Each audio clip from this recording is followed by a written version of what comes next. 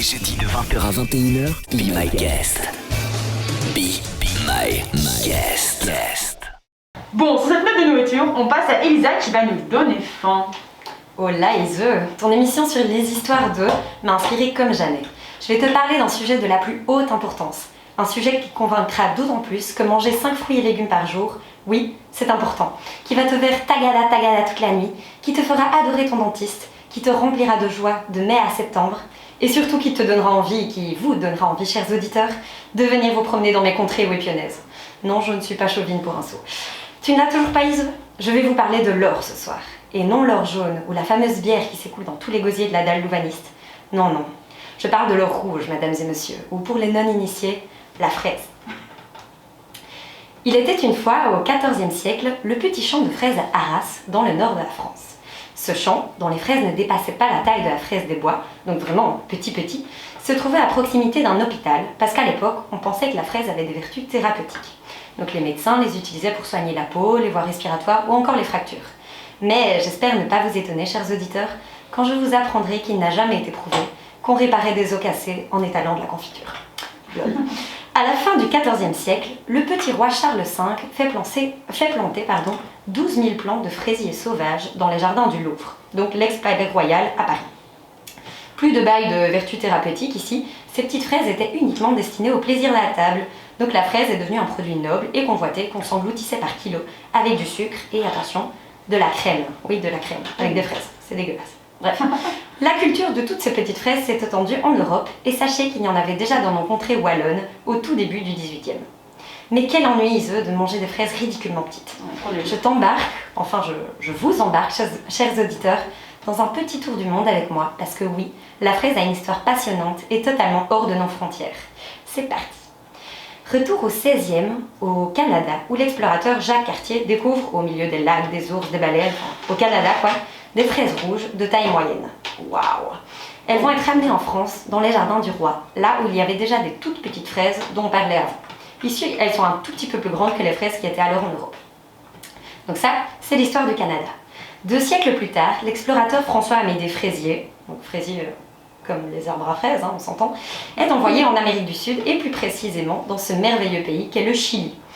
Au pays des lamas, il va faire une découverte botanique de dingue, des grosses fraises blanches. Donc ça, c'est l'histoire du Chili. Ainsi, donc François-Amédée Fraisier, qui a été au Chili, ramène 5 plants de fraises à gros fruits blancs en Europe.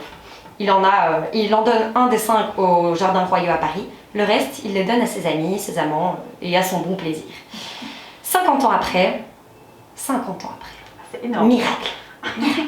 Oui, chers auditeurs, le miracle de la vie s'opère dans les jardins du roi, où pour rappel, la petite variété rouge du Canada et la grosse blanche du Chili étaient plantées à quelques mètres d'intervalle l'une de l'autre, mais à 2 siècles surtout d'intervalle. Une sorte de partouze botanique a lieu grâce au miracle de la pollinisation. Parce que oui, pour qu'un fruit se crée, il faut un mariage entre un plant femelle et un plant mâle. Et par chance, il y avait les deux. C'est là qu'arrive, roulement de tambour, la grosse fraise rouge que nous connaissons aujourd'hui. Attention, madame, monsieur, petits enfants, moins enfants, la Fragaria ananassa arrive. Donc la fraise qu'on connaît aujourd'hui. Donc grâce à la fraise chilienne et à la fraise canadienne. Waouh!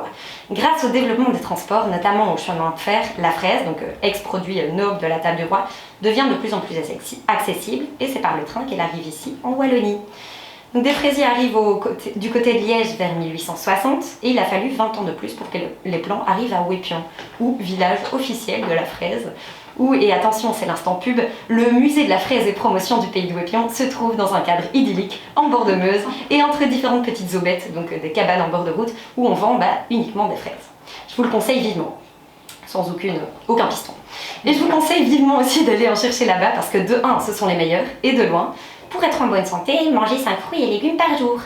Ah, ça, on nous l'a répété un peu trop souvent et ça a carrément le don de nous faire culpabiliser. Parce que sérieux, qui ne déroge jamais à la règle? Vous mangez vraiment 5 fruits et légumes par jour? Certainement. Certainement. Non.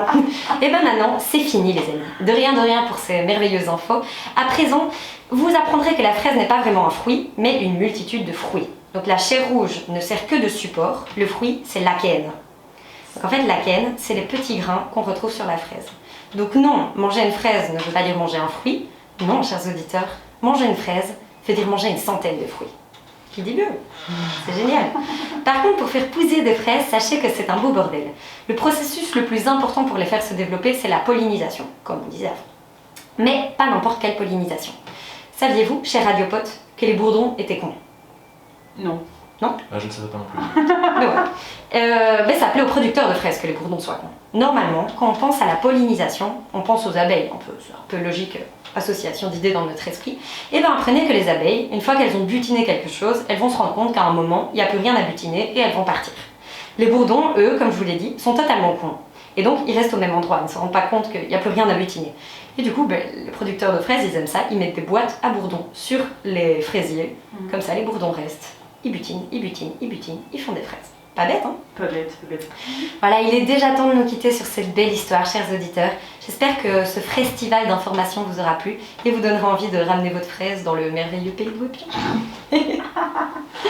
Ah bien, nous voici beaucoup pour la chronique, Lisa. Est-ce que j'ai une question?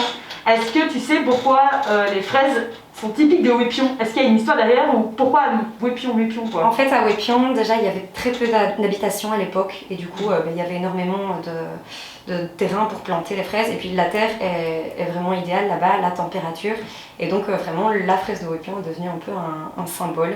Je vous le conseille. Je vous conseille aussi le festival, le premier week-end de juillet. Le festival, il y a plein d'ambiance, il y a du gin à la fraise, du mojito à la fraise, il y a plein de choses à la fraise. C'est exceptionnel. Mais oui, mais j'en doute pas. C'est vrai que les fraises de Wépion, c'est vraiment incomparable.